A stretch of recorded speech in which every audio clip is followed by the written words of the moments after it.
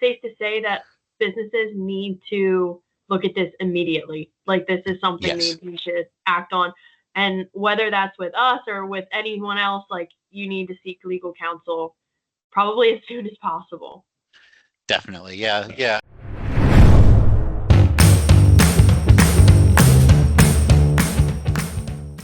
Hi, everyone. We're here with Paul Corellis, the VP of HR Services here at NP Wired for HR, and we're going to be covering the executive orders and what do you need to know, what do businesses need to be on top of, and what does that mean for you?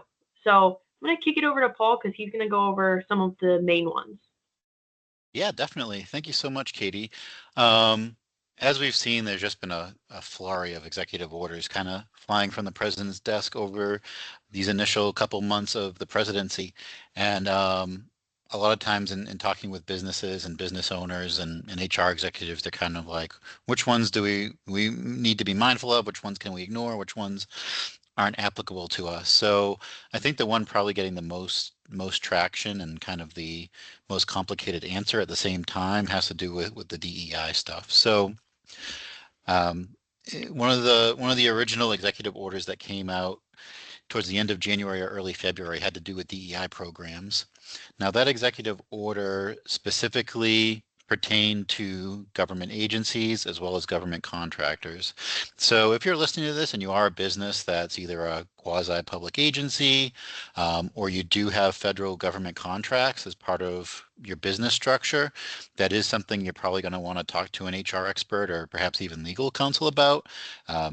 Those are on the more stringent side of changes you may need to make, especially if you have any sort of DEI program, any sort of hiring quotas, anything that could fall under that large umbrella of diversity, equity, or inclusion program. So you're really going to want to talk to an expert about that and make sure that nothing in there is going to be in violation of the executive order, and certainly not jeopardize your contract or your status as a federal contractor. Now, for private businesses, that executive order didn't really apply to private businesses. If you don't have a government contract or anything like that, then that executive order itself didn't necessarily apply to you. But at the same time, the EEOC, or the Equal Employment Opportunity Commission, kind of made it clear that that was something that they were taking a look at as well. And just in recent weeks, they did issue or put out a couple of publications, one of which was the what to do if you experience discrimination related to DEI at work, as well as a form called What You Should Know About DEI Related Discrimination at Work. So these kind of go hand in hand with the same kind of approach with the executive order. So again, even if you're not a government contractor and are strictly a private employer, if you do have any sort of DEI program or um, diversity encouragement program, anything like that, you're really going to want to take a look at those policies and have a conversation with someone well versed in HR and perhaps employment law, because outside the executive order, this government agency, the EEOC, is also taking a look at these things, and they have kind of made it clear that they're looking at 4 specific cases that they can explore. So as we always do with our HR consulting, we tend to kind of play it safe, let someone else be the test case and incur those legal expenses while we'll play it a little bit safe and let some precedent be set in the meantime.